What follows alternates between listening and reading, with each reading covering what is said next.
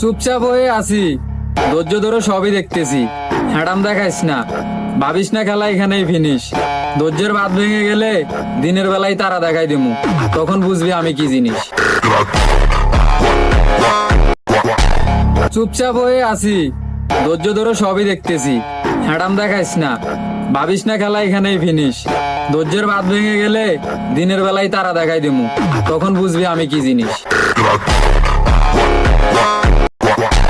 চুপচাপ হয়ে আছি, ধৈর্য ধরে সবই দেখতেছি। হ্যাডাম দেখাইস না, ভাবিস না খেলা এখানেই ফিনিশ।